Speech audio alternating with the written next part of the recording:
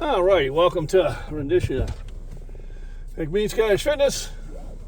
Talking while driving, but in a safe manner.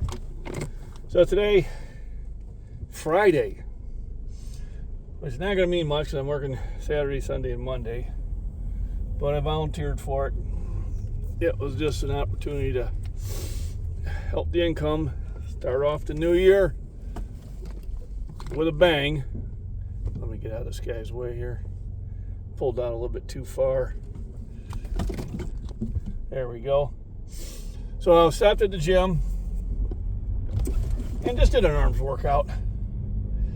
It's been a while since I've done, I should have took that road. One of those. And like 2 days. But it was good just to get in there. And instead of taking the day off, just get in there and get pumped up, get the blood moving. And kind of sit there and work out what's going on for this weekend, which is work. What I might be doing next weekend, which hopefully is not work. Because remember, all work and no play makes Jack a dull boy. So I'm going to talk about when things start to pile up on you. You know, the gym is my go-to place to get rid of a lot of the mental anguish from day-to-day living. We all have it.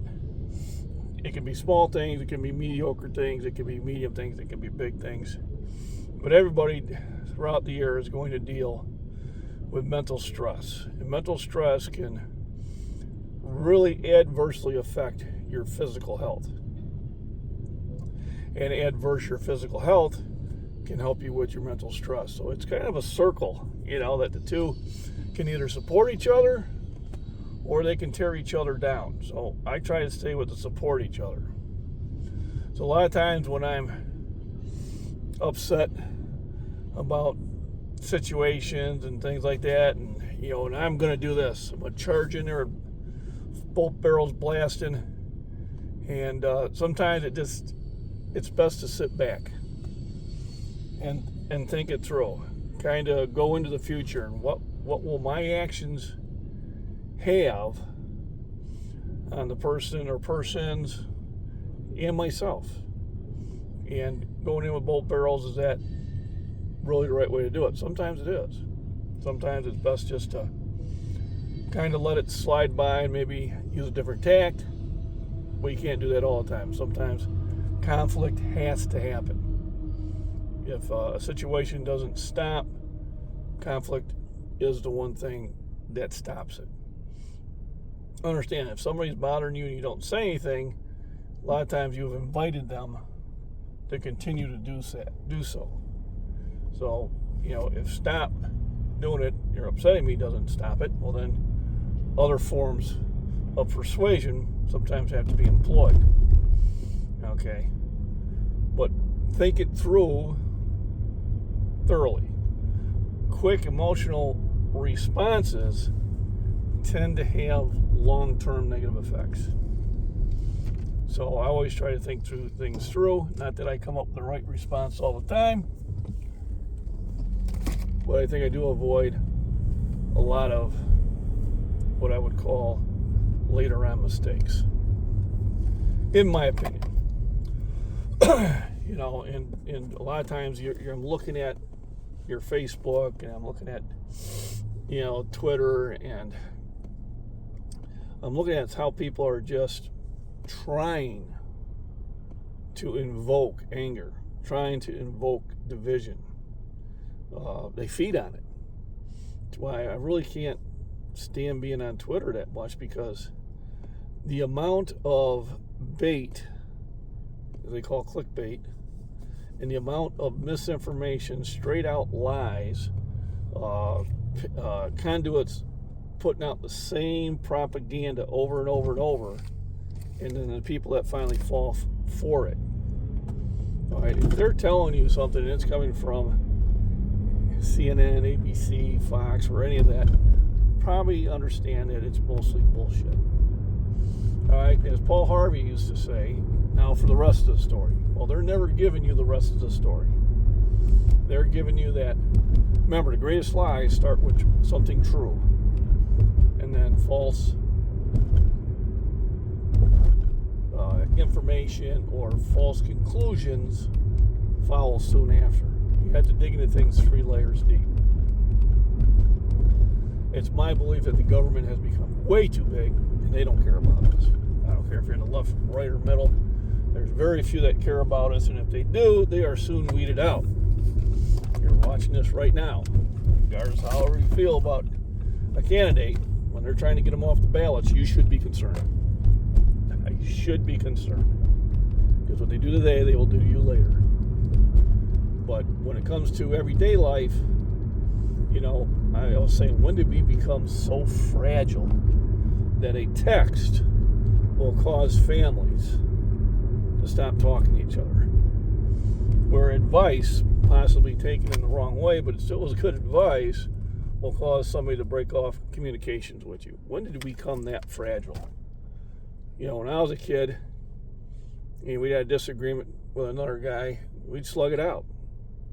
And hour later, 2 hours later, the next day, it would be resolved. One way or another, it would be resolved and we'd get along just fine. There was none of this, I'm never talking to that person again. Or never this, I'm going to put it out on Facebook. Why would you put your drama out there? Just you can say I've had a bad day. And people will say, hey, sorry to hear that. But we put out way too much, and we all can be guilty of it at one time or another, even myself. But my feeling is if you're dealing with mental stress, you've got to work on your physical health. And then it will help your mental stress. So how do you work on your physical health? Nutrition. Before you even start exercising, you need nutrition. Sleep. You need a good night's sleep.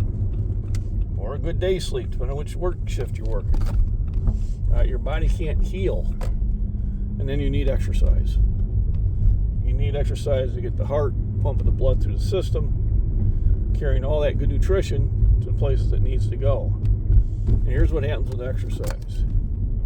You make your circulatory system stronger.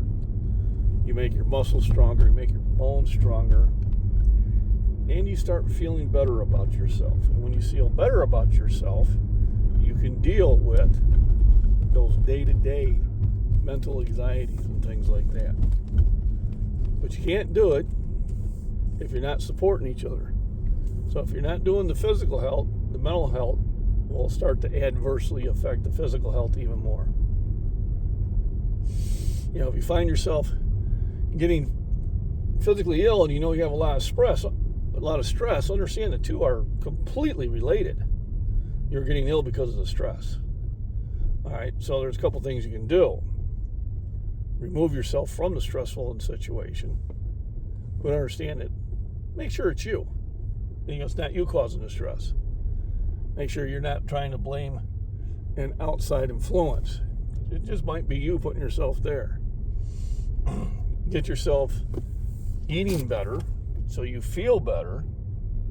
Get yourself exercising so you get healthier and you feel better and you start looking better, and you find out that stress is not going to have the hold on you that it used to have. And like I said, you feed the one, it feeds the other, and that works both directions. So you got to do it in a positive way. You've got to be feeding your physical health in a positive manner, and that will feed your mental health in a positive manner, and that will make both easier to maintain. So even when I'm angry or stressed, I still go to the gym. Why? Because I know once I start working out, blood flow picks up, helps me think better, helps me think outside the box. I get that pump going. I start to like the way I feel, like the way I look in the mirror. I start liking some things, and when you're in a positive mood, you can deal with negative things in a more positive manner. The worst way to deal with something is with a text. In my opinion, text can be so misinterpreted. And we all still do that, but eventually I will pick up the phone and call. And they go, why'd you call? Because I just don't text that. I don't text volumes. I'll text a sentence at the most. No paragraphs, No chapters, no volumes. I'm just not that person. I'll call, all right, or I'll get on video chat, or I'll visit face to face, which is even better. Because here's what you're missing with the text. You're missing the intent. And you can only go by how you interpret those words. And then sometimes you can be face to face and they're misinterpreted because you stopped listening. You heard something that wasn't agreeing with me, agreeing with yourself, and now you're thinking of a rebuttal or you're thinking how it feels, and you stopped listening to the rest of the conversation. And that causes it too. So the reason I work so hard on physical fitness, because it helps me in my mental fitness. I remember how I was when I was 14, I was 16, I was 18, I was 21, I was 26, I was 30. I was different people back then. Things affected me differently back then than they do now. You know, when you get enough life experience, and if you're still trying to grow, if you're still trying to learn, somebody in my age group, we know some things. Trust me, we've been around a long time. What you're going through, we've probably experienced. We probably know how it ended up the way we dealt with it. Maybe we didn't deal with it the right way, and we're trying to keep you from making that same mistake. It's worth listening to. You know, when I got in my 20s, I started listening to my dad. Found out he was a very smart man. He worked with his hands, but he had a lot of life experience. And you should listen to your elders. Understand. Now, if they're drunk and, you know, they haven't changed since 21, probably not. There are some people that never grow up. But the time you start getting in your 50s or 60s, 70s, you've got a lot of life experience. You've raised kids. You've dealt with a lot of social interactions. You kind of get an idea how people are. So, physical fitness leads to mental fitness. Whereas mental stress can lead to physical stress. So what's the best way of dealing with it? Start with physical fitness. Start with good night's sleep. Start with nutrition. Start with exercise. And then if you do have a job that is extremely stressful, I was in one. I didn't realize how stressful it was until I got out of it. And then literally, that term, like the weight of the world, was released from my chest. That's how I felt. All of a sudden, I found myself driving to my new job, looking forward to the direction I was going. Where for probably 3 or 4 years, I hated to go to work, but I had to because I had to support a family. But when I finally got out of that stressful environment and got into one that was less stressful, it was a huge, huge weight on my shoulders, just taking off. My mental fitness became much better. And during that time of stress, I was pat myself on the back saying how great I was dealing with it. I was still lifting. I was still in shape. But once I removed myself from that stressful situation, I realized I wasn't sleeping well at night because of that. You know, I was probably aging myself because of that. And then, now that I'm away from that type of stress, I know better than to get back into it. You know, so sometimes it's scary to get out of a situation. Now, I've always waited until I had a job to go to before I left one. But understand, physical fitness leads to mental fitness. Mental fitness will encourage more physical fitness. Doesn't mean you need to be a bodybuilder. Doesn't mean you need to be a power lifter. It doesn't mean you need to be a marathon runner. It just means you need to be, hey, if I needed to go and walk for a couple miles, I could do it. You know, I can go up those stairs without being winded. You know, I can reach down and pick up that thing off the floor. Tell me, that gets to be a challenge sometimes. I can do a physical activity for 20 minutes without going to pieces all day. You know, whether it's running, walking, jogging, hiking, yoga, you know, calisthenics, lifting light weights, lifting heavy weights, lifting medium weights, kettlebells, whatever. It's all good stuff. And the better physical shape you get into, the better mental state that you'll be in.